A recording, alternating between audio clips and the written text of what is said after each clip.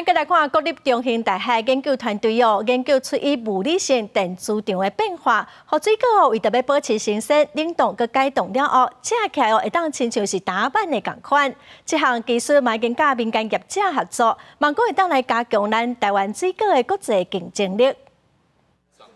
三盘果子摆出来，经过冷冻，佮体变往来，看起来软软。若这盘是甲拄切好的往来差不多。关键的技术就是这套电磁保鲜系统，互冷冻过的果子嘛会当保持新鲜。那它会将特定的一个频率、压力以及电磁参数的讯号传送到我们这两个电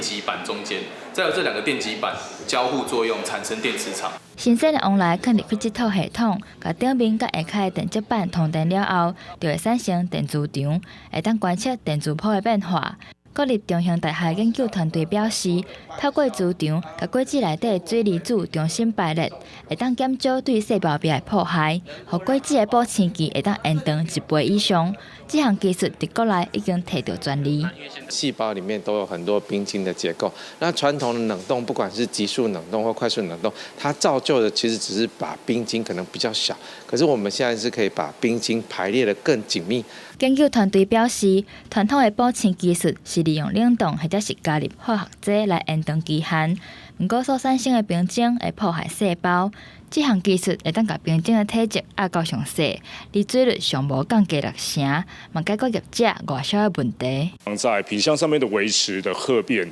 它是比较不容易抑制，香气可能保留，也会随着保存时间的拉长而慢慢的一个递减。研究团队表示，这项技术会当应用伫咧加工和处理的方面，和冷链科技同齐使用。透过专利技术的移转，头一届甲民间业者产学合作，提升台湾果子外销的优势。记者台中报道。